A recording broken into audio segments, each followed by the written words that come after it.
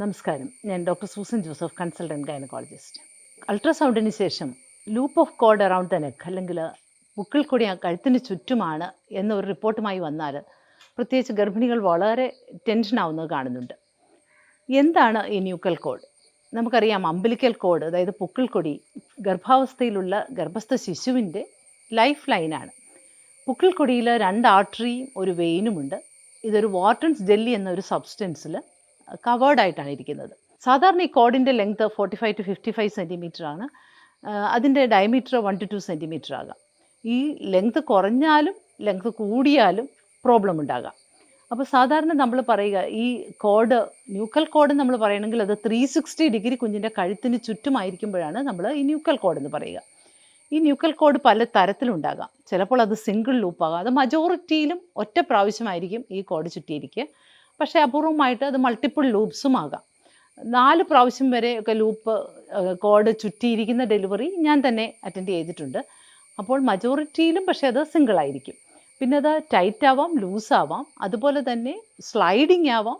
അത് തന്നെ കുഞ്ഞിന് തന്നെ കഴുത്തിൽ നിന്ന് അത് അഴിക്കാൻ പറ്റുന്നതാവാം. ചിലപ്പോൾ അത് ലോക്ക്ഡ് ആയിട്ടുള്ള കോഡുമാവാം. കുഞ്ഞിൻ്റെ മൂവ്മെൻറ്റ്സ് മൂലം അത് അഴിക്കാൻ പറ്റാതെ വരും.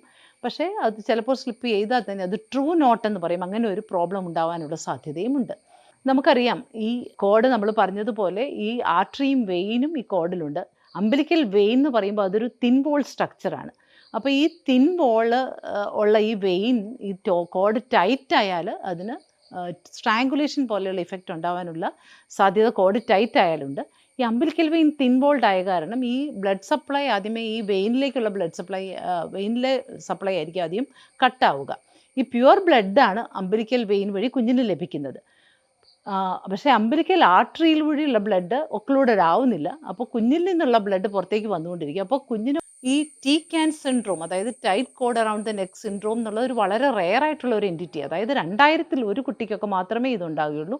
അപ്പോൾ ആ കോഡ് ചുറ്റിയിരിക്കുന്നവരിൽ, അപ്പോൾ അങ്ങനെയുള്ളവർക്ക് ഒരു സ്ട്രാങ്കുലേഷൻ്റെ ഇഫക്റ്റ് പോലെ ഉണ്ടായി കുഞ്ഞിൻ്റെ ഫേസ് ഒക്കെ വളരെ അതായത് സൈനോസ്ഡ് ആയിട്ട് ഒരു ബ്ലൂ കളറിൽ, ചിലപ്പോൾ കഴുത്തിൽ ആ കോഡിൻ്റെ പാടായിട്ട്, അങ്ങനത്തെ പ്രോബ്ലമൊക്കെ വളരെ റെയറായിട്ട് ഉണ്ടാവാം. അതാണ് ടീക്കാൻ സിൻഡ്രോം എന്ന് പറയും. ഇത് വളരെ റെയറാണ്. പക്ഷേ മജോറിറ്റിയിലും യാതൊരു പ്രോബ്ലം ഈ single loop of cord around the neck കൊണ്ട് ഒന്നും ഉണ്ടാകാറില്ല. ഒരു 2018 ഒരു മേജർ സ്റ്റഡി തന്നെ അമേരിക്കൻ കോളേജ് ഓഫ് ഒബ്സ്റ്റട്രീഷ്യൻസ് നടത്തിയതിൽ 12% ആളുകളിൽ ഈ അവരുടെ സ്റ്റഡിയിൽ ഈ കോഡ് അറൗണ്ട് ദ നെക്ക് ഉണ്ടായിരുന്നു. അതിൽ മജോറിറ്റിയിലും അത് സിംഗിൾ ലൂപ്പായിരുന്നു.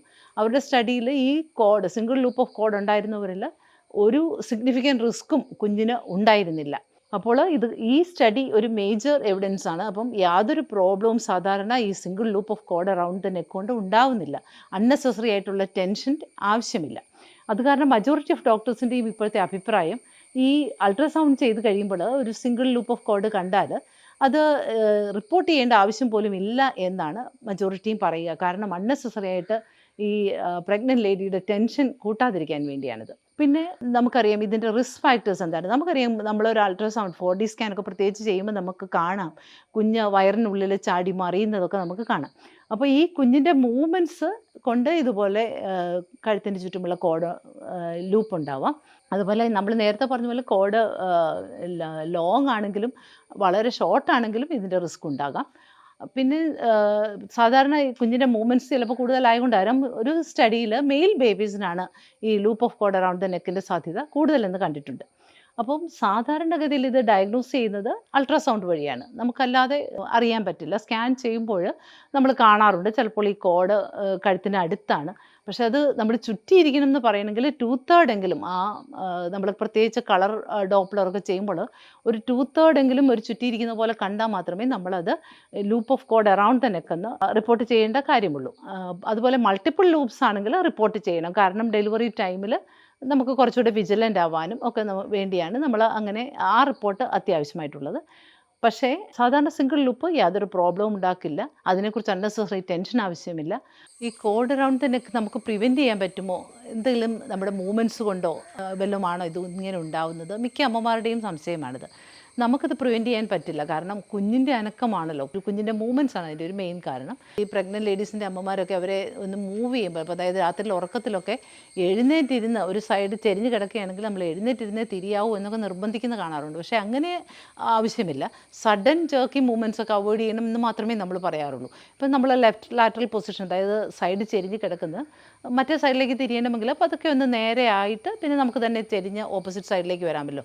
അതല്ലാതെ എഴുന്നേറ്റ് ഇരുന്ന് തിരിയണം എന്നൊന്നുമില്ല.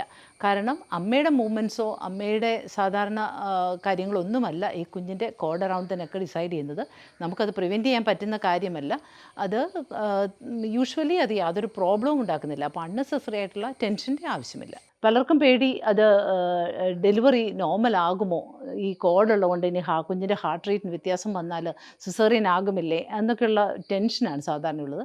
സാധാരണ ലോ റിസ്കിനൊന്നും കണ്ടിന്യൂസ് ആയിട്ടുള്ള ഹാർട്ട് റേറ്റ് മോണിറ്ററിങ്ങിൻ്റെ ആവശ്യമില്ലെങ്കിലും ഇന്ന് മിക്ക ഹോസ്പിറ്റലുകളിലും ഈ കണ്ടിന്യൂസ് മോണിറ്ററിങ് തന്നെ നടക്കുന്നുണ്ട്. അപ്പം എന്തെങ്കിലും കോഡിൻ്റെ പ്രോബ്ലം ഉണ്ടെങ്കിൽ സാധാരണഗതിയിൽ അത് സെക്കൻഡ് സ്റ്റേജിലാണ്, അതായത് യൂട്രസ് മൊത്തമായിട്ട് വികസിച്ചിട്ട് കുഞ്ഞിൻ്റെ തല താഴേക്ക് വരുന്ന ആ സമയമുണ്ടല്ലോ, സെക്കൻഡ് സ്റ്റേജ്.